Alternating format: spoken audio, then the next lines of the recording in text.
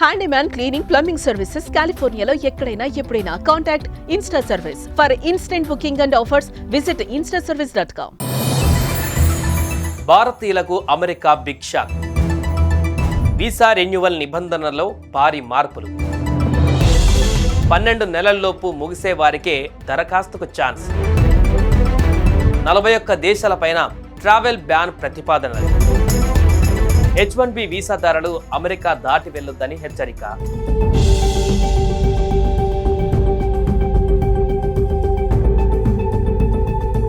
America అధ్యక్షుడిగా రెండవసారి బాధ్యతలు చేపట్టినప్పటి నుంచి డొనాల్డ్ ట్రంప్ దూకుడుగా వ్యవహరిస్తున్నారు. అమెరికాను మళ్లీ సుసంపన్నం చేసి ప్రపంచంలోనే నెంబర్ 1గా నిలిపేందుకు ప్రయత్నిస్తున్నారు. ఈ నేపథ్యంలోనే ఆయన సంచలన నిర్ణయాలతో ముందుకు వెళ్తున్నారు. కానీ ఆయన నిర్ణయాల ప్రభావం అమెరికా పౌరులే కాకుండా ప్రపంచవ్యాప్తంగా ఉన్న ప్రజలపైన పడుతుంది. ముఖ్యంగా వలసదారుల విషయంలో ఆయన కఠినంగా వ్యవహరిస్తున్నారు. ఈ క్రమంలో వీసాల జారీలో మరింత కఠిన నిబంధనలు తీసుకువస్తున్నారు.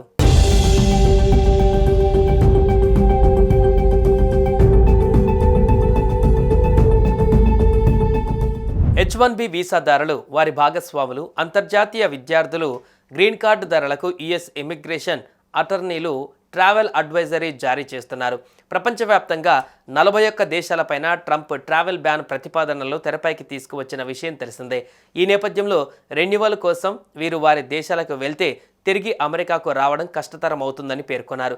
స్వదేశంలోని అమెరికా కాన్సులేట్స్ స్టాంపింగ్లో జాప్యం, విస్తృత తనిఖీలు, తిరిగి వచ్చేటప్పుడు అమెరికా విమానాశ్రయాలలో నిర్బంధం సహా పలు కారణాలతో గ్రీన్ కార్డు హోల్డర్లకు ఇదే విధమైన సూచనలు చేయడం గమనార్హం.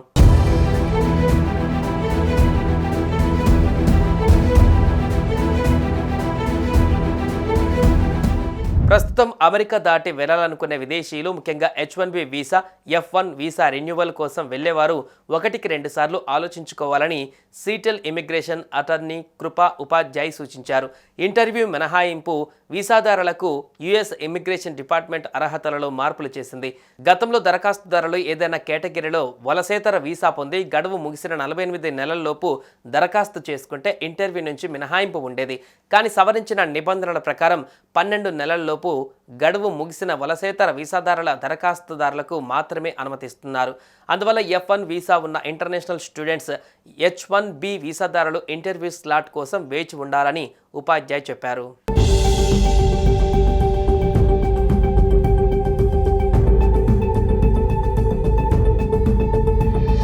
వీసా అపాయింట్మెంట్ దొరకడం జాప్యం, ఆందోళనలో ఒక భాగం మాత్రమే. అదనపు పరిశీలన, భద్రతాపరమైన అనుమతులు తప్ప మరే స్పష్టమైన కారణం లేకుండా అడ్మినిస్ట్రేటివ్ ప్రాసెసింగ్లో నిలిచిపోయిన వారి గురించి కూడా మాకు తెలుసని NPZల గ్రూప్ల మేనేజింగ్ అటార్నీ స్నేహాల్ బాత్రా అన్నారు. ఒక వ్యక్తి వీసా గతంలో అనేక సార్లు ఆమోదం పొంది ఉంటే ఇలా జరిగకూడదు. ట్రంప్ గత పదవీకాలం మాదిరిగానే తనిఖీలు కఠినంగా ఉంటాయని భావిస్తున్నామన్నారు. America citizenship and immigration services USCIS H1B వీసాను ఆమోదించిన కాన్సులేట్ అధికారికి ఆ వీసాను తిరస్కరించే హక్కు ఉంటుంది. ఆ దరఖాస్తును పునఃపరిశీలన కోసం తిరిగి USCISకి పంపే అధికారం ఆయన ఉంటుంది.